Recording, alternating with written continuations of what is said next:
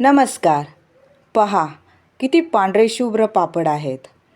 असे हे पांढरे शुभ्र आणि करायलाही एकदम सोपे असे हे साबुदाण्याचे पापड चवीलाही फारच भन्नाट लागतात. तर आज साबुदाण्याचे पापडच करूया आणि तेही अगदी सोप्या पद्धतीने. त्यासाठी प्रथम एका भांड्यामध्ये 2 वाटी साबुदाणा घालावा.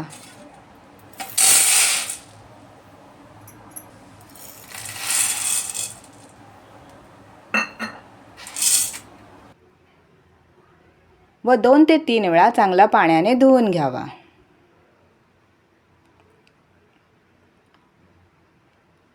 व्हिडिओत दाखवल्याप्रमाणे चांगला 2 ते 3 वेळा पाण्याने धुवून घ्यावा.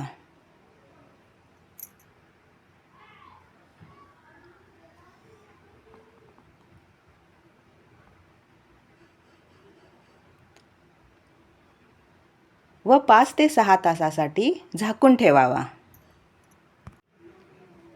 5 ते 6 तासानंतर साबुदाणा पहा किती छान फुगलेला आहे. आता एकमेकांना चिकटलेला साबुदाणा चांगला मोकळा करून घ्यावा. गॅस ऑन करून गॅसवर एक मोठे पातेलं ठेवावे व ज्या वाटीच्या प्रमाणात साबुदाणा घेतला आहे त्या वाटीच्या प्रमाणातच पाणी घ्यावे. 2 वाटी साबुदाण्याला 10 वाटी पाणी घालावे.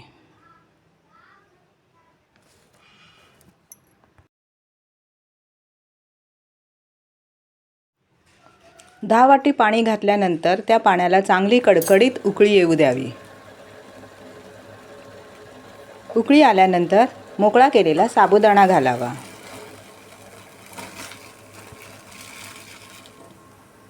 गॅस बंद करावा व चमच्याने थोडे फिरवून साबुदाणा मोकळा करून घ्यावा.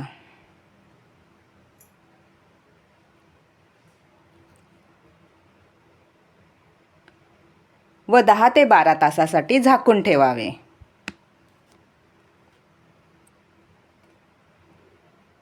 दहा ते 12 तासानंतर पहा साबुदाणा कसा ट्रान्सपरंट झालेला आहे. चमच्याने सर्व साबुदाणा फिरवून घ्यावा. पहा एक एक साबुदाणा कसा टपोरा झालेला आहे.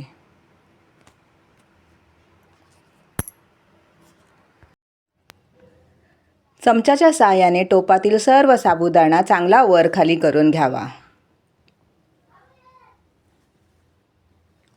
एका मिक्सरच्या मोठ्या भांड्यामध्ये टोपातील सर्व साबुदाणा थोडा थोडा करून वाटून घ्यावा.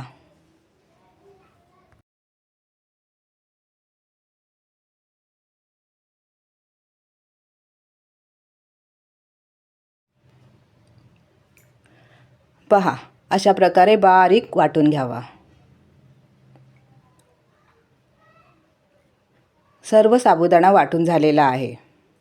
अशा प्रकारे बारीक वाटून घ्यायचा आहे.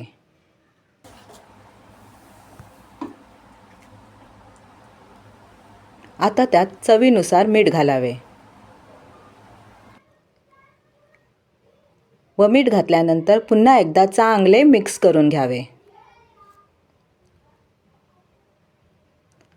चमच्याने असे गोल गोल फिरवून वर खाली करून चांगले मिक्स करून घ्यावे व लगेचच पापड्या करायला घेणे.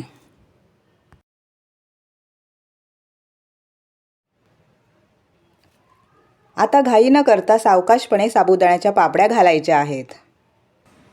उन्हामध्ये घातले तर उत्तमच, पण जर सूर्यप्रकाशात घालणे शक्य नसल्यास घरात फॅनखाली देखील घातल्या तरी चालेल. 2 दिवसात फॅनखाली देखील चांगल्या वाळतात.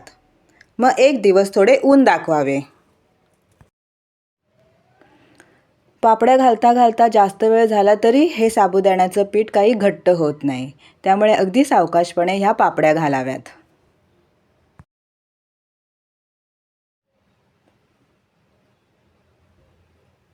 पहा अशा प्रकारे सर्व पापड्या घालून घेतलेल्या आहेत.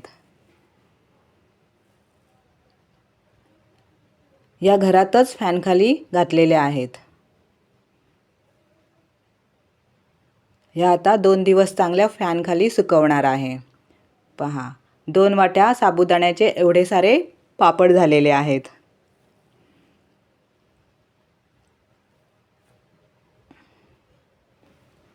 दोन दिवस फॅनखाली सुकवल्यानंतर ह्या पापड्यांना 1 दिवस ऊन दाखवणार आहे.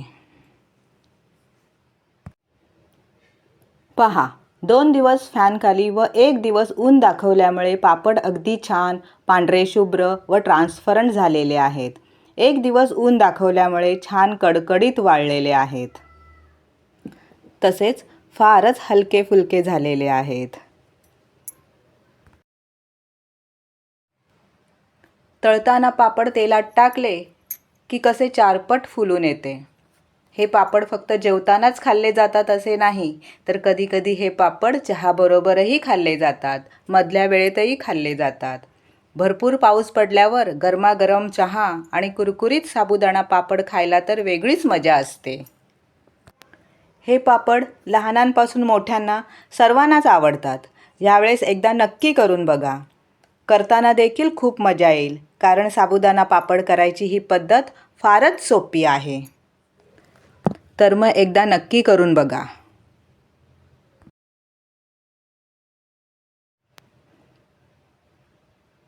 पापड तळून झालेले आहेत आणि पहा, पापड किती पांढरे शुभ्र दिसत आहेत. एक पापड चारपट फुललेला आहे.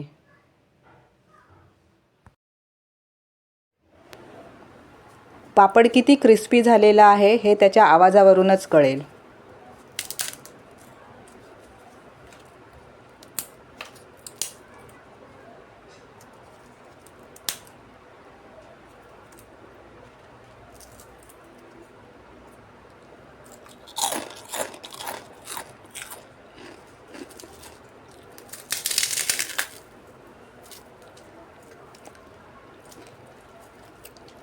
मग आहे ना एकदम क्रिस्पी कुरकुरीत पापड. तर हे साबुदाण्याचे पापड एकदा नक्की ट्राय करा. रेसिपी आवडल्यास लाईक करा, शेअर करा आणि न विसरता चॅनलला सबस्क्राईब करा. पुन्हा भेटूया नवीन रेसिपी सोबत. धन्यवाद. श्री स्वामी समर्थ. जय जय स्वामी समर्थ.